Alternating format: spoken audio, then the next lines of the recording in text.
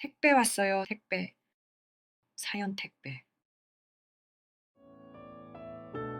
7년 동안 이혼 도장을 9번 찍었습니다. 아이들 생각해서 다시 한번 믿어보자, 마지막으로 믿어보자 하면서 그동안 마음을 돌렸는데요. 우울증 약까지 먹으면서 하루하루 살다 보니 이 남자하고 살다가는 제가 제 정신에 살 수 없을 것 같아서 이제는 정말 끝내기로 했습니다. 결혼 생활에 마침표를 찍고 보니 홀가분하기도 합니다만 한 가지 후회되는 건 이번이 마지막이겠지. 다시는 안 그러겠지. 정신 승리하며 살아온 지난날입니다. 정말이지 바람 피우는 놈 중에서 딱 한 번 피우는 놈은 없더라고요. 솔직히 드라마도 이렇게 쓰면 욕먹는다고 할 정도로 말이 안 되는 일의 연속이었는데요. 제 억울한 이야기 좀 들어봐 주세요.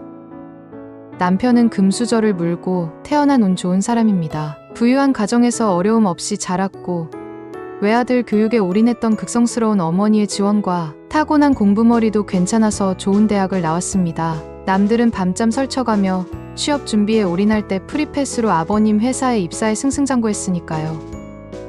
인생에서 단 한 번의 실패도 겪어보지 못했기 때문일까요? 남편은 성격도 매너도 좋았고요. 키도 훤칠했으며 맑은 얼굴에 유쾌한 사람이었습니다. 첫눈에 반해 뜨겁게 사랑했고 그와 함께라면 어떤 어려움도 헤쳐나갈 수 있을 것 같이 믿음직스러워 결혼했습니다. 남편은 다정한 사람이었습니다. 세상에 이런 남편이 또 있을까 생각했던 적이 있었을 만큼 알뜰하게 저를 챙겨줬으니까요. 그러다 그 일이 생겼습니다. 남편이 저 몰래 첫사랑과 다시 만나고 다녔던 겁니다. 처음 싸움을 눈치챈 건 남편 차에서였습니다. 차에 탔는데 문 쪽 수납 공간에 립스틱이 있더라고요. 제가 안 쓰는 립스틱이라서 누구 태운 적 있냐? 은근슬쩍 물었더니 대학 후배를 우연히 만나 집까지 바래다 준 적이 있다고 하더라고요. 사실 처음에는 그런가 보다 했는데 그 즈음 외모에 부쩍 신경을 쓰는 것도 마음에 걸리고 저녁 늦게 회사 사람이라며 연락이 오는 것도 내내 마음에 걸리더라고요. 의심만 하는 것도 사람이 못할 짓이었습니다. 믿을 수도 안 믿을 수도 없어 마음고생하다가 아는 언니의 조언대로 흥신소를 찾아갔습니다. 그리고 채사흘이 지나지 않아 남편이 웬 여자와 다정하게 즐기는 여러 증거 사진을 받게 됐습니다. 여보 미안해. 내가 잠깐 정신이 나갔었나봐. 처음이잖아. 처음이면 뭐. 처음은 괜찮은 거야. 근데 처음이 맞기는 해? 정말 처음이야. 우연히 다시 만났는데 이혼하고 힘들게 살고 있다고 해서 마음이 쓰였어. 제 촉이 발동하지 않았다면 천연덕스럽게 저를 속이며 첫사랑을 계속 만났을지도 모를 남편. 순순히 잘못을 인정하고 다시는 안 만난다고 약속했지만 믿을 수 없었습니다. 그래서 이때 처음 이혼 도장을 찍었습니다. 남편은 절대 이혼은 못한다고 펄쩍 뛰더군요.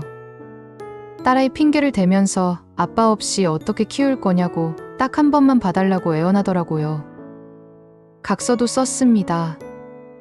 다시 바람을 피우면 전 재산을 저에게 주고 이혼한다고요. 그렇게 어영부영 첫 이혼 서류를 찢었습니다.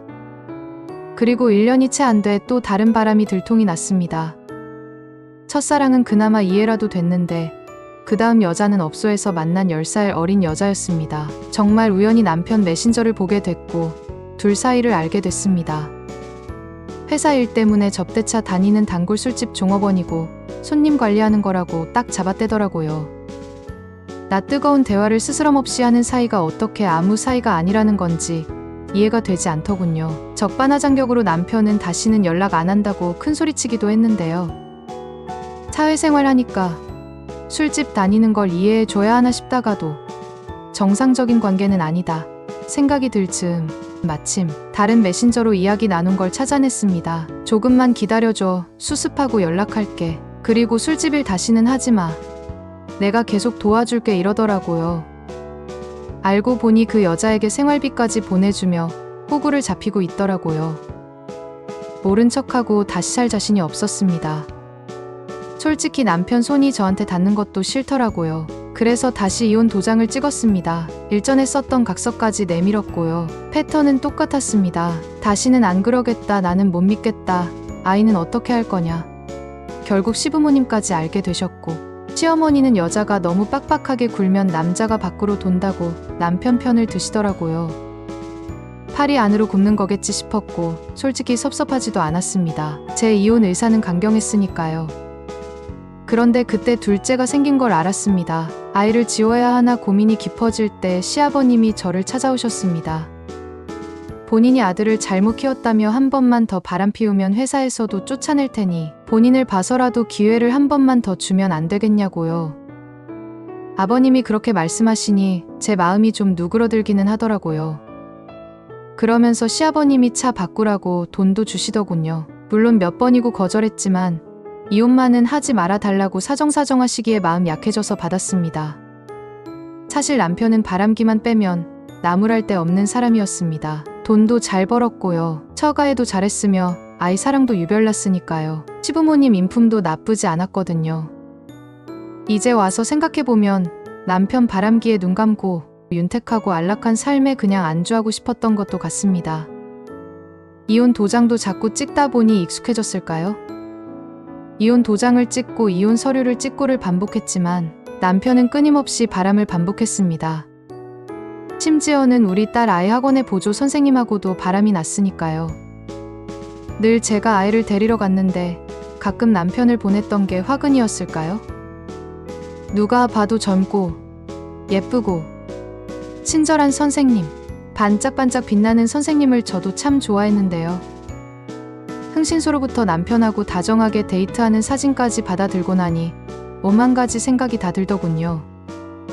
남편은 구제불능인 거고 나는 그냥 남편이 벌어다 준 돈이나 쓰면서 아이들하고 행복하게 살까 그런 어리석은 생각까지도요. 그래도 대놓고 바람 피우는 것까지는 두고 볼 수 없어 단도리질 한다고 하면서 살아왔는데요. 제가 그렇게 했던 게 결국 남편도 저도 망치고 있었던 걸 뒤늦게 깨달았습니다. 포기했다고 생각했지만 저는 늘 불안했고 우울했습니다. 정신과 치료를 받으며 약을 먹었지만 저는 점점 피폐해졌습니다. 그렇게 7년을 살았고 그동안 회사 여직원까지 포함해 제가 알아낸 바람만 8번이 있었습니다. 그리고 마지막 9번째, 돌고 돌아 다시 첫사랑을 만난다는 걸 알게 된 그때 더 이상 이렇게 살기 싫다는 결론에 이르렀습니다. 저는 아직 젊은데 약까지 먹으며 뭘 위해서 그렇게 참고 살았을까요? 시부모님 앞에서 더 이상 남편하고 살 수 없다고 선언했습니다. 그리고 두 아이 양육권은 제가 갖겠다고도 말씀드렸고요. 시아버님도 더 이상은 어쩔 수 없다고 생각하셨는지 그러라고 하셨습니다. 그리고 자기 아들이지만 구제불능이라고 생각하셨는지 남편한테 회사도 그만두라고 하시더라고요. 지금 당장은 화가 나셔서 그렇지 하나밖에 없는 아들이니 결국은 용서하시겠지만 그래도 순식간에 엿된 남편을 보니 조금은 고소하기는 하더라고요. 절대 이혼 안 할 미련한 여자라 생각했을까요? 남편은 잘못했을 때마다 아파트 명의도 제 이름으로 바꿔주고 값 비싼 선물도 펑펑 해줬는데요. 지금은 엄청 후회하고 있겠지만 그 덕분에 경제적으로 어려움은 없습니다. 불행 중 다행인 부분이라 생각하고 있고요. 무엇보다 이혼 후 더 이상 우울증 약을 먹을 일이 없어졌다는 게 가장 좋은데요. 속 끓이고 불행했던 만큼 이제부터라도 두 아이와 행복하게 살고 싶습니다. 마지막으로 한 말씀만 드리자면 이혼 도장도 습관이 됩니다. 저처럼 여러 번 찍지 마시고요. 한 번 찍었으면 돌이키지 마세요. 세상에 한 번만 바람 피우는 놈은 없습니다.